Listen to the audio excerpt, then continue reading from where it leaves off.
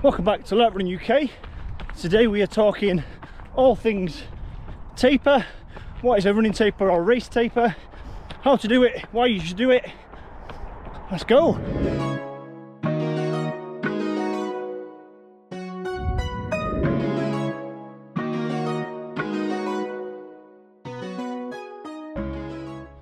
So yeah, welcome back. If you're new to the channel, my name's Adam, and yeah, we're about 2 weeks out now from the Essar Chester Half Marathon 2025.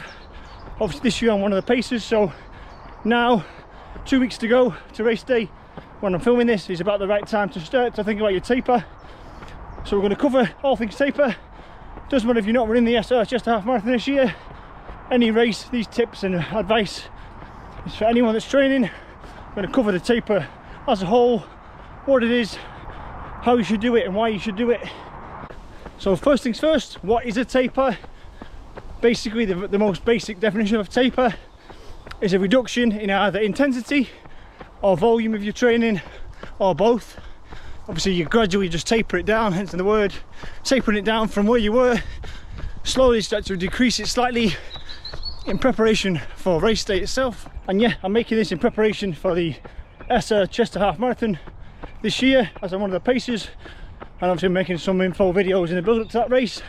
But yeah, it doesn't really matter what distance. So yeah, during the taper period of your training, normally the last few weeks, you start to reduce that intensity down, so don't do any real speed work, don't make any risks close to race day, don't do any high intensity speed sessions or really long runs, again at kind of a hard effort, no more threshold work really.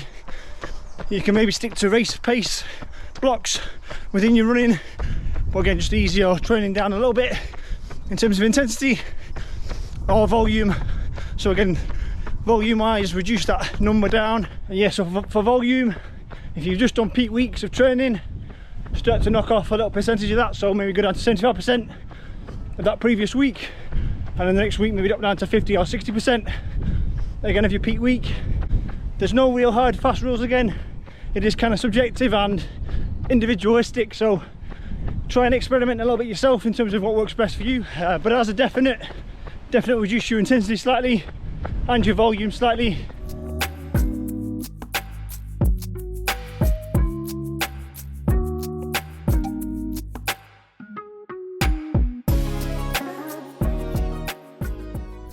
Why do a taper? So moving on to now the benefits of it. Firstly, it refreshes your legs. So you've been training at a certain level, you're now going to taper down slightly, reduction, and then another reduction the week after, just before race day. So it refreshes most things, your legs definitely, especially if you're training for a half marathon or a marathon.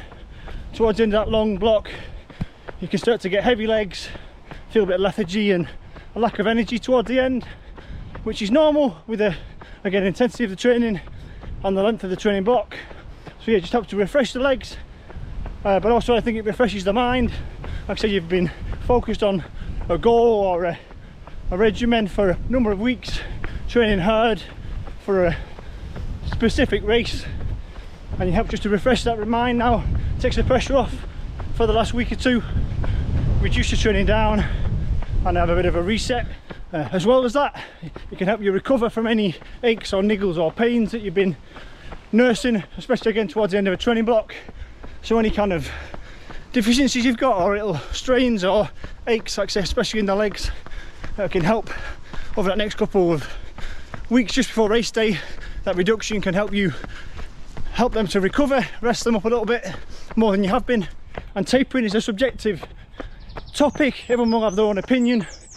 Everyone varies with their own taper. Again, it's best to experiment in terms of individually what works best for you, because everyone is different.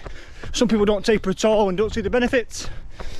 However, some research has shown that doing a taper before a race, again, varies the distances of the races, but generally a generally accepted rule is that tapering in some form before a race day can produce between 1 and 3% boost in performance. So again, depending on the race, that could be seconds, maybe minutes of improvement just because of the taper. Again, that mental and physical reset gets you ready for towing the start line.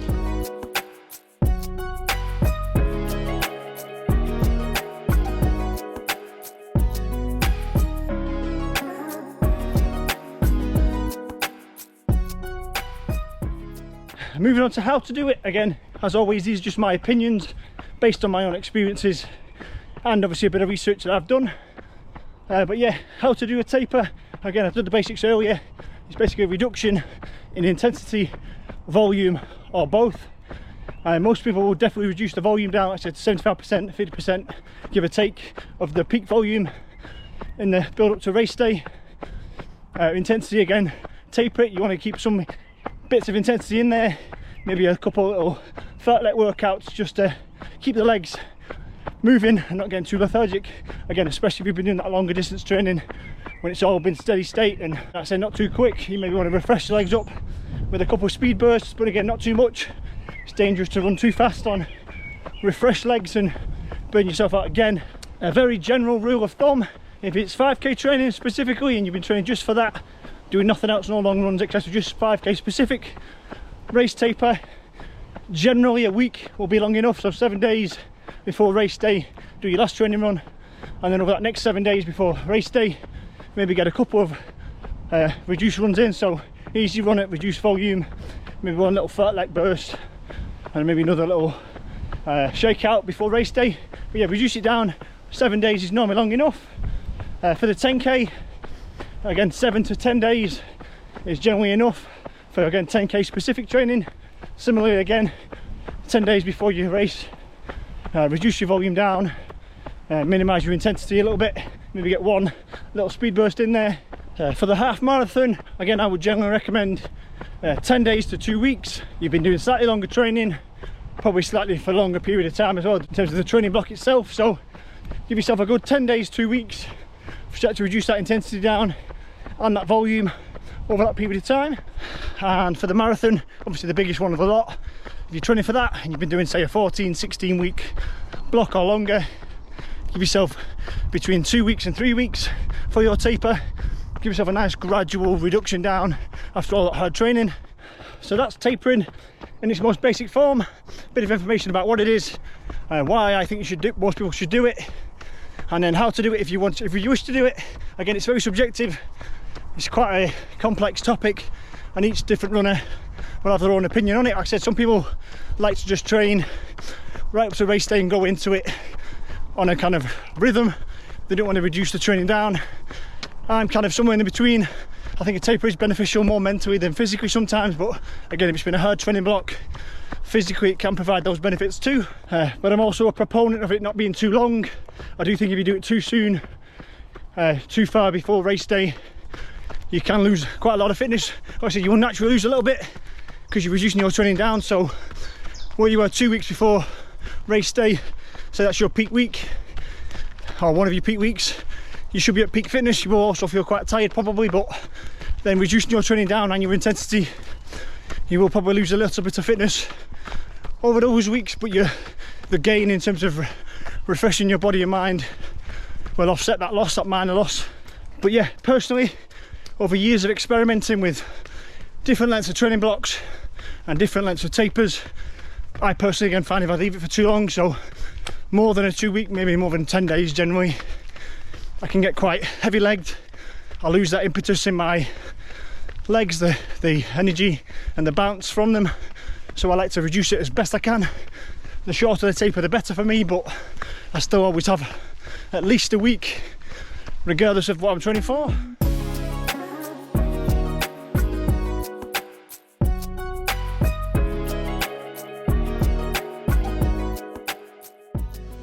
But yeah, there you have it.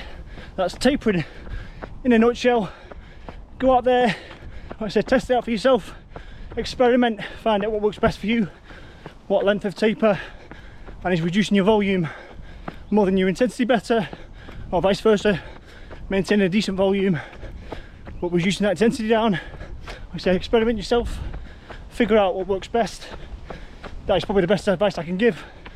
There's no real prescription to it in terms of one size fits all for all runners. So there we go, tapering. Good luck if you are running an upcoming race. Drop in the comments what races you're doing and what kind of taper you're looking at doing. If you've got any questions or queries, again, feel free to drop them in there. I will respond to all comments as always. Thanks for watching. If you are running the Essar Chester Half Marathon, in a couple of weeks' time. I will see you down there on the start line. All the best with your final weeks of training. Happy running. I'll see you all next time.